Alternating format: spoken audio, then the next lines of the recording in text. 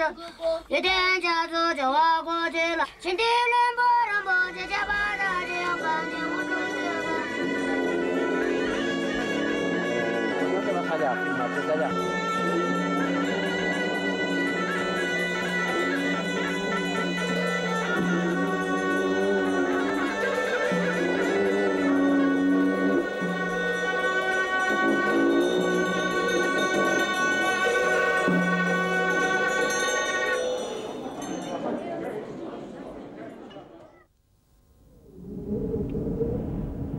Viatjar cap a Orient produeix en un occidental la sensació que visita una terra plena d'encant i d'exotisme. Però la realitat amb què allí es troba el viatger pot superar tota imaginació.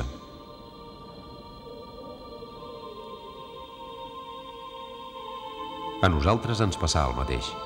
Mentre volàvem damunt l'infinit mar de neus perpètues que cobreix la serralada de l'Himàlaia, recordàvem, paraula per paraula, imatge a imatge, aquella vella revista de geografia. Dades que configuraven a la nostra ment l'enigmàtic país on ens dirigíem. Una terra que amb 2.000 quilòmetres d'extensió d'est a oest, 1.000 quilòmetres de nord a sud i una alçada mitjana de 4.000 metres ens mostrava de sobte, sense avisar, omplint tot l'espai, la serralada de l'Himàlaia. I traient el cap, gairebé cridant, ordenant, trencant majestuosament el cel, el Chomolungma, l'Everest, el qual amb els seus 8.848 metres dona aixopluc i es converteix en la llar dels déus del Tibet.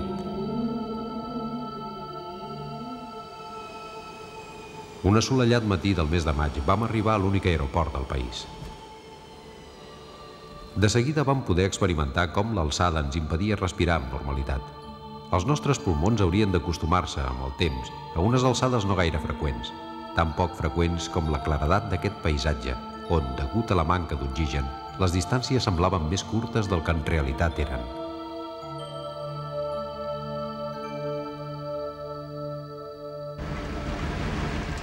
Cent quilòmetres en jeep, unes 3 hores i mitja, ens duran a la vella capital del país, Lhasa. La carretera serpenteja per la riba del Kyushu. Les seves aigües de color blau turquesa contrasten amb l'aridesa d'un terreny esquitxat de petits llogarrets que destaquen de la monotonia del paisatge mitjançant unes banderoles d'oració que els devots fan voleiar en honor dels seus déus.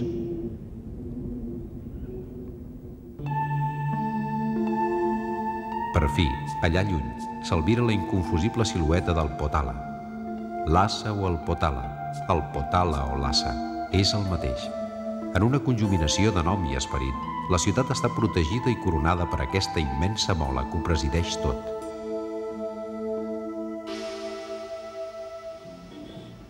En introduir-nos a la vella ciutat, recordem que, amb el seu antic nom, Rasa, i durant el regnat de Songtsen Gampo, en el segle VII després de Crist, va ser designada capital del Tibet. Songtsen Gampo batejà la ciutat amb el nom de Lhasa, que vol dir ciutat dels reis. Des de 1642, Lhasa conegué 2 grans períodes de desenvolupament. L'un va coincidir amb l'època de Songtsen i l'altre a partir del regnat dels Dalai Lames.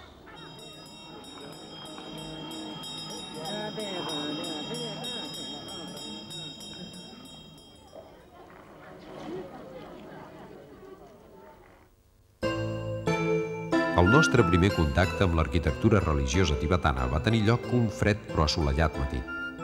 La plaça, situada davant del vell monestir de Tsuglakang, més conegut amb el nom de Jokang, ens introduïa en un món únic en sensacions i misticismes. Una munió de gent ens dona la benvinguda. Pelegrins, monjos, comerciants, lames amb la clepsa rapada i abillats amb túniques de color de safrà, color Himàlaia. L'espectacle sorprèn el visitant.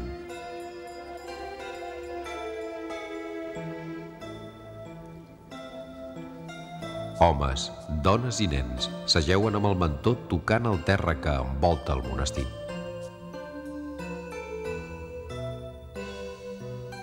Minuts i més minuts, hores i més hores, metre a metre convergeixen en la seva fe.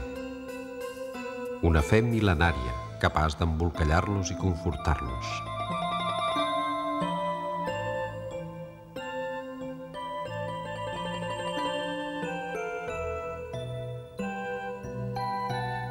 mentre l'encens i el fum dels fulls d'oració envaeix l'aire d'aquest lloc.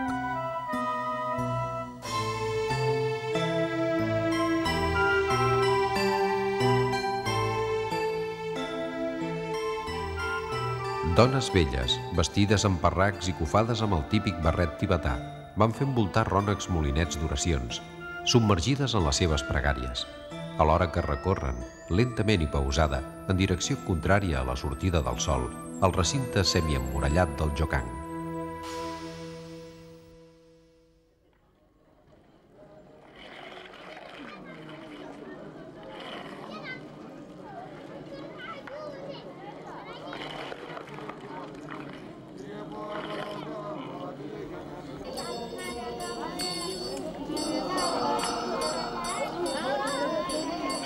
El Jokang és, sens dubte, el temple més sagrat del Tibet. Sonsen Gampo el va fer construir al segle VII per instal·lar-hi la imatge del Buda Akshobhya, que li havia regalat la seva dona nepalesa. A l'entrada, un immens molinet d'oracions de 3 metres d'alçada i 2 metres de diàmetre permet als pelegrins complir amb un ritus ancestral, com és el de visitar cada any les diverses capelles que componen l'interior del temple.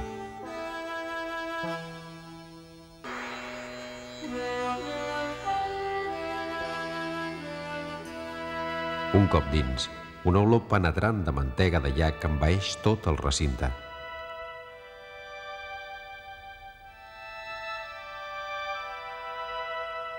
Mentrestant, al fons d'una galeria, llargues cues de pelegrins que porten ofrenes a Buda demostren la religiositat d'aquest poble, regit en tot i per tot per les antigues tradicions religioses.